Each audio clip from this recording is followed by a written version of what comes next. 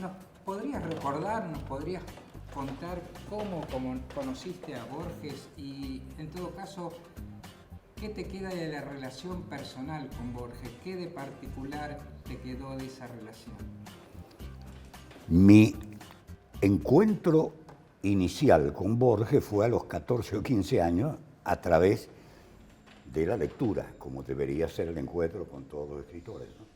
Recuerdo que leí El jardín de senderos que se bifurcan, que es una parte de ficciones hoy, y descubrí que se podía en la Argentina hacer literatura. Estoy hablando de una época, para que lo entienda bien el que escucha esto, en que no se conocía Art. Acá Art fue conocido alrededor de 1960. Yo estoy hablando de los años 50 y tantos, ¿no? 51,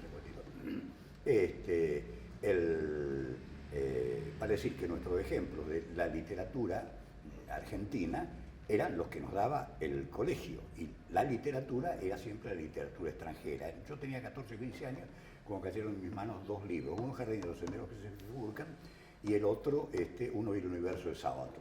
Y ahí descubrí que la literatura era posible. Mucho tiempo después, mucho tiempo considerado desde esos años, ¿no? Donde pasan más lentamente lo de los años, descubrí a Art, ¿no? Y alrededor del 61, 62, descubrí a Marechal, ¿no? He dicho muchas veces que para mí Art, Marechal y Borges, puestos en cualquier lugar de la serie, son algo así como la santísima trinidad de la literatura argentina del siglo XX, ¿no?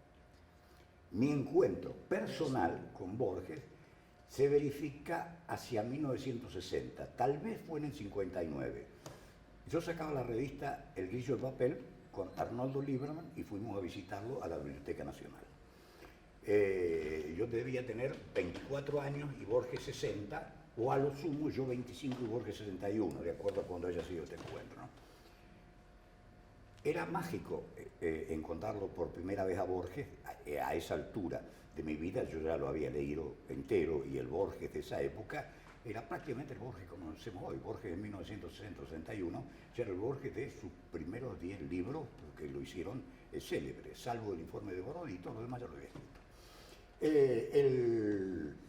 El encuentro con Borges me trae un recuerdo que para mí fue realmente extraño. Era como acceder a otro mundo.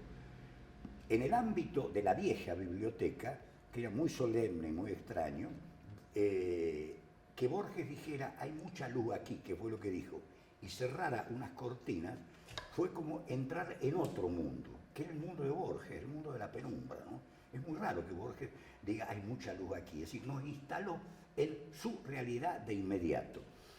Ese día le preguntamos de todo, hablamos de política, de literatura. Con Borges se podía hablar casi de todo, en la medida en que le cayeras bien por alguna razón, que no se sintiera agredido ni hostigado. Ese día recuerdo que hablamos hasta del peronismo y del comunismo.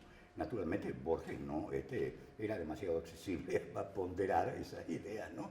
Pero recitó poemas de Neruda, por ejemplo, y sucedió algo muy curioso, que tiene sentido en la medida en que lo una a mi último encuentro con Borges, que se verificó 20 y tantos años después, ¿no?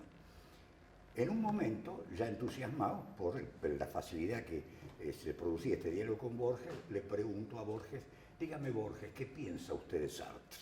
Y Borges duró un segundo y dice, bueno, caramba, yo no suelo pensar en Sartre, ¿no? Lo que era realmente asombroso, porque yo no le había preguntado qué opina, ni cómo lo juzga. Yo le había preguntado qué piensa, lo que le dio pie para hacer una de las famosas frases de Borges, ¿no? Lo había leído a Sartre, me habló del teatro de Borges, que yo no le entusiasmaban demasiado sus ideas, pero sí sus ficciones, lo dijo ese día. Mucho tiempo después, de esto es testigo Silvi Parraguirre, que lo conocía a Borges mejor que yo porque fue alumna de Borges. Nos encontramos en la casa de Esther de Izaguirre. Yo ahí ya tenía 48 años y Borges tenía 84. Lo recuerdo perfectamente porque en un momento Borges me dijo, qué raro que no nos hayamos encontrado antes, ¿qué edad tiene usted, no? yo tengo 48, bueno, caramba, dice, no es raro que no nos hayamos encontrado antes, yo tengo 84, ¿no? Pero nos habíamos encontrado, incluso habíamos conversado muchas veces. Lo que pasa es que no unía la figura física o la voz con esa persona con la que había hablado en distintos momentos. Sé, por ejemplo, que conocí el otro Judas y que le había gustado porque se lo leyó una amiga mía francesa, se lo leyó en la Biblioteca Nacional. Él premió un cuento mío, el primer cuento mío premiado fue premiado por Borges, por Bioy y por Peirú. Pero su cercanía conmigo, como no era visual ni tampoco tan frecuente, le permitía con toda naturalidad olvidarme, aunque no olvidaba los diálogos, por lo que te voy a contar ahora. Era una especie de monólogo con el público, en el que Borges y yo enfrentamos a unos 30 habitantes del barrio de Chacarita, donde vivía Esther Izaguirre, y le hacían preguntas. Borges venía de Inglaterra o de Estados Unidos de dar clases ante miles de alumnos, y ahí estaba disertando para 30 con toda naturalidad. Le hacían preguntas, algunas veces preguntas inadecuadas. Recuerdo que en un momento Borges estaba hablando de cine, y le dijo cómo podía él hablar de cine siendo una persona ciega, ¿no? Y creo que hasta utilizó el verbo atreverse a hablar de cine. Y Borges, cuando yo le iba a contestar, porque me pareció una pregunta muy ineducada y molesta, por lo menos para decirle que no era la manera de formular una pregunta a Borges ya le había contestado, porque recuerdo perfectamente que dijo, bueno, últimamente, además de ver muy poco, estoy oyendo bastante mal, como si no hubiera escuchado la pregunta, como si además el ciego fuera sordo, y siguió hablando de lo que venía hablando con toda naturalidad. Yo recuerdo que cuando termina esa reunión, nos quedamos después horas hablando. Esto está todo grabado en 2 cintas y parte de eso está puesto en un momento de mi diario, del publicado. Salgo a comprar cigarrillos por la zona, mientras Borges se queda conversando con Esther Izaguirre y con Silvia, y le pregunta a Silvia de dónde era yo, que tenía un acento como un poco del interior, ¿no? Y Silvia le dice de San Pedro. Borges, que como te decía hoy, de alguna manera inventó Google, porque una palabra lo llevaba a otra y otra a otra, evidentemente asoció. San Pedro está cerca de San Nicolás. San Nicolás eran los pagos de Hormiga Negra. Hormiga Negra era uno de los mitos bárbaros mentales de Borges, ¿no? Cuando yo vuelvo de comprar cigarrillos desde su silla, que estaba lejos, es decir, lo primero que me pregunta es, dígame, dice, ¿qué piensa usted de Hormiga Negra? Era una pregunta como asombrosa, nadie está preparado para que le pregunten sobre Hormiga Negra así cuando entró a un lugar. Y en ese momento le contesté, mire, le voy a contestar igual lo mismo que usted me contestó hace 20 y tantos años en la Biblioteca Nacional. Yo no suelo pensar en Hormiga Negra, ¿no? Le dio mucha risa, la risa de Borges era notable porque era estruendosa. Cuando estaba realmente alegre, se reía muy fuerte. Hay en un libro de María Esther de Miguel una foto de Borges riéndose, era muy hermoso verlo reírse, ¿no? Dice, pero ¿cuándo le dije algo así yo? Y le conté la anécdota de yo no suelo pensar en Sartre, que me había dicho él, ¿no? Seguimos hablando de esa noche y recordaba casi perfectamente aquella entrevista con un chico prácticamente desconocido que había tenido hace 20 y tantos años. Su memoria era asombrosa y literal. Esa misma noche sucedió algo muy curioso. Estábamos hablando, ya como nos quedamos solos, ¿no? Estábamos hablando de ciertas frases malévolas que dicen los escritores acerca de otros escritores, ¿no? Y yo le recordé, o le pedí que recordara, una de Mark Twain, que sostenía que una biblioteca ya es buena por el solo hecho de no tener los libros de Jane Austen, ¿no? Y Borges dice, no, en inglés me dice, vacía. Que lo que realmente había dicho Mark Twain, que una biblioteca vacía ya es mejor que cualquier otra porque no tiene los libros de Jane Austen, ¿no? Pero él, digamos, me corrigió la palabra que faltaba, que es mucho más cómico realmente lo que dijo Mark Twain cuando le agregás la palabra vacía, ¿no? Ese fue mi segundo encuentro con Borges, está escrito y publicado, y habló de todo y demostró aquello que siempre sospeché. Si por alguna razón le caías bien o no se sentía agredido o molesto, podía hablar de casi cualquier cosa, ¿no? Recuerdo que ese día me dijo, dígame, explíqueme qué pasa conmigo, que hasta los peronistas y los comunistas me quieren, ¿no? Y yo le dije que por qué, es decir, que creía que la autenticidad está como por encima de ciertas opciones políticas. Borges había sido siempre anticomunista y antiperonista, jamás lo negó y nunca traficó con sus ideas para conseguir algo. Le dijo le conviniera o no. Y eso la gente lo respeta. Otros escritores que jugaban a ser de izquierda, en momentos cruciales se transformaban vagamente de derecha. No, porque siempre fue un escritor de derecha, honestamente de derecha y casi brutalmente de derecha. Y creo que ese era su mérito humano más grande, además de que podía ser enormemente querible, ¿no? En estos días estamos debatiendo y estamos reflexionando mucho acerca de la relación de Borges con las palabras. ¿Qué reflexión te merece la relación de Borges con las palabras? Sin duda, Borges es después, o antes, o junto con Quevedo, el mayor prosista de nuestra lengua, ¿no? No es un descubrimiento que estamos haciendo en este momento. Recuerdo que la primera persona que yo le oí decir algo parecido fue a Roa Bastos en 1960 en Córdoba, ¿no? Que lo podía mirar a Borges porque hay que entender que en 1960 Borges no era el Borges que hoy conocemos. Borges empieza a ser a mediados de los 60 y después del premio Formentor y después de la opinión de los escritores europeos, empieza a ser el escritor asombroso que hoy tenemos, cuando ya era asombroso y apenas podía vivir de su sueldo de la Biblioteca Nacional, ¿no?